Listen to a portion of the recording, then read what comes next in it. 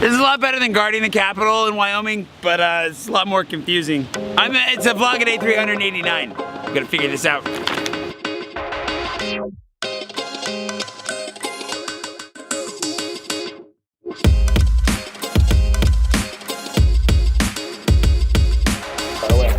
So, today, I finally figured out what I want to talk about. Let's talk about worry. The incapacitating capabilities of it. That was about it. That's all. Welcome to Thursday? Wednesday? Welcome to Wednesday. It's your Thursday, I think, though. I'm on my way to Versailles. And I'm also really curious about this whole thing. But look, it's a giant outdoor viewing scene. I think what were they out here to watch? Look at all these chairs. Yeah? And that big screen.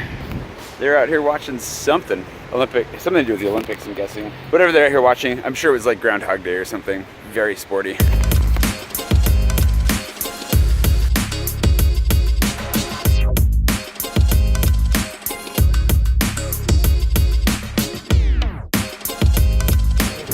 Welcome to Versailles, out in a boot, oot in a boot, oot in a boot. Got a very diverse group today. People from Australia, States, South Africa. It's not the most diverse group I've ever had, but hey, everybody speaks English, which is great. We're gonna go to the market here for a minute, and then we're gonna head out into the grounds. All right, here we go. Tony's on the hunt for a sandwich. See how this develops. Everything is closed, it's just August. All the bakeries in Versailles, except for one, are closed, so we're just kind of getting pushed around right now by sheer availability.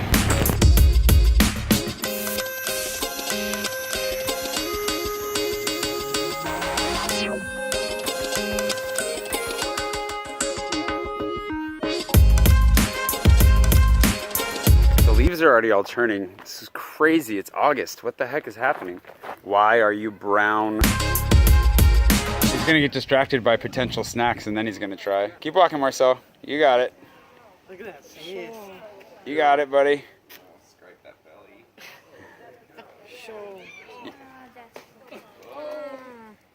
He's like, look at him. You're just going from one trough to the next. Yeah, there's nothing in there either.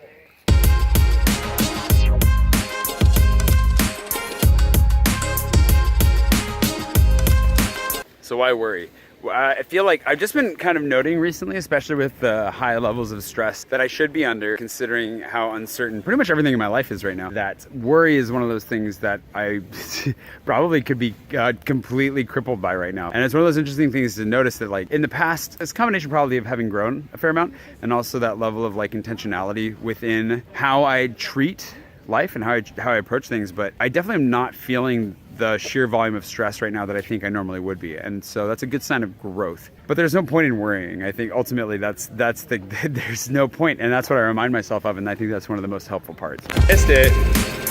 The wine is safe, ladies and gentlemen. We're okay. Everything's fine. We only care about the wine. Yeah, that's all you should care about. It's just interesting. One of the themes that's coming out just in the last, 10 days? We've been vlogging for like 10 days now. One of the themes that's been coming out and telling my stories and my goals and all these things is that a lot of my past decisions, and especially the ones that I regret, were made in fear. Like I did or didn't do things because I was scared. Whether that's, dropping out of film school because I was scared of the rejection there, not submitting my book to agents and publishers because I was scared of rejection, or just a handful of other things that I don't want to operate that way anymore. And I think I'm actually to a place where I'm willing to approach most of those fears. But I also recognize that in that, having grown, I guess, or maybe having had a change in my philosophy on how I see life, I'm just not scared of as much anymore. I might be a little bit disappointed from time to time, and I don't worry as much anymore. I've never been a big worrier, but I used to feel the stress of life much more potently. I don't anymore, and I think that's because I've just kind of let go of a lot. Let it go. There comes a point where I could talk about minimalism at some point. I know that's a really popular topic, but like I sold everything I owned, moved to Africa, still have never really bought anything back, and then have made a lot of decisions that have kind of kept me from owning anything or being anywhere for too long. And that has really taught me a lot about not worrying about stuff, not worrying about what you're gonna eat, where you're gonna live, where you're gonna stay. Because even like when I thought the Helsinki thing was falling through and I didn't have a place to stay, it was kind of like, well, I'll still go and we'll figure it out. I was a little bit stressed out, yeah, which is very last minute, but at the same time I was like, we'll make it work. And that's not how I used to be at all. But I think you get put into enough random and weird situations that your comfort zone starts to grow. Maybe ultimately that's the trick to overcoming a lot of your fear and a lot of your worry, is by intentionally leaving your comfort zone so that you engage with those things more actively. And then over time, all of the regular stuff in life that comes to find you is within that expanded comfort zone that you've developed by going out and finding trouble. If that makes sense. Not that I'm advocating that you go out and find trouble. I'm just saying that there's some perks to it. Having a couple of adventures here and there definitely grows your capacity for other adventures you don't have a choice in.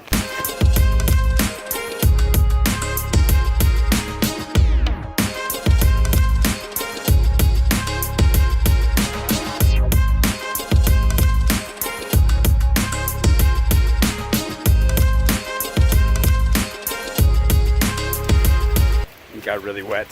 I think you come back to the way that vlogging for a year really changed the way that I looked at life. Very much like turns me into a positive thinker in situations where I probably wouldn't normally be so positive. So in instances where things are tight, hard, uncertain, whatever, putting it into a perspective of like, well, this is part of the narrative, actually enriches it, because it's like, well, any good story's got to have conflict. I don't know, it really removes that sense that like, I gotta worry, I don't know what's gonna happen. Like, you're not so concerned about having control. At least I'm not that concerned about having control, because I know that I can't anyways. And then by giving up what little I feel like I have and just kind of waiting to see what happens. Makes sense. Obviously, if you have situations in life that you can control, things you can influence, like paying a bill on time, do it. Do everything you can to avoid having any troubles. But at the same time, being able and willing to kind of let go and see what happens definitely works out much better for your emotional health and just general sanity.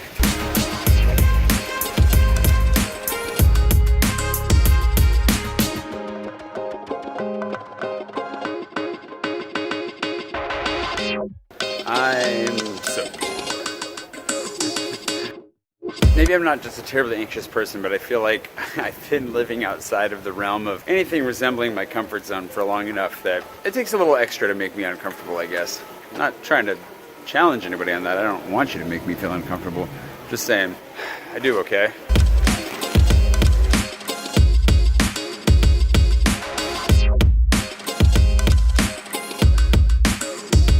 Go meet my buddy Nicola. We're gonna chat about the voice acting stuff he wants me to do. And I'll be able to put voice actor in my resume, because why not? I'm not meeting him for like another hour though, so I'm gonna sit and read for a bit. Just relax, my shit pretty wiped. So that's my plan. And we'll go from there. From Montparnasse. The box the Eiffel Tower came in. I'm sure it'd be nice if it was in New York or Chicago or something, but not here. I've also been reading my buddy Jane's book on the business of writing, which has been really, really good. I'm in the part now actually where she talks about getting an agent, which is exactly one of the big things that I'm trying to do this year. It's one of my big goals is to finally actually get an agent, something that I haven't tried to do before. I've queried once or twice like in the past, but not seriously. So it's really, really helpful to have her book, because it really does a good job of documenting exactly how you should go about it. We'll talk more about that here in the future. For now, I gotta make sure I'm even walking the right direction, because I'm not 100% sure that I am. Funny, I was just down here to watch a movie the other night with Rachel, and I actually saw this pub that Nick suggested we try. It supposedly has good beer. It's called the Falstaff, and as I recall, the sign was ridiculous. Hold on. Yep, that's the one I saw. Couldn't possibly be bad.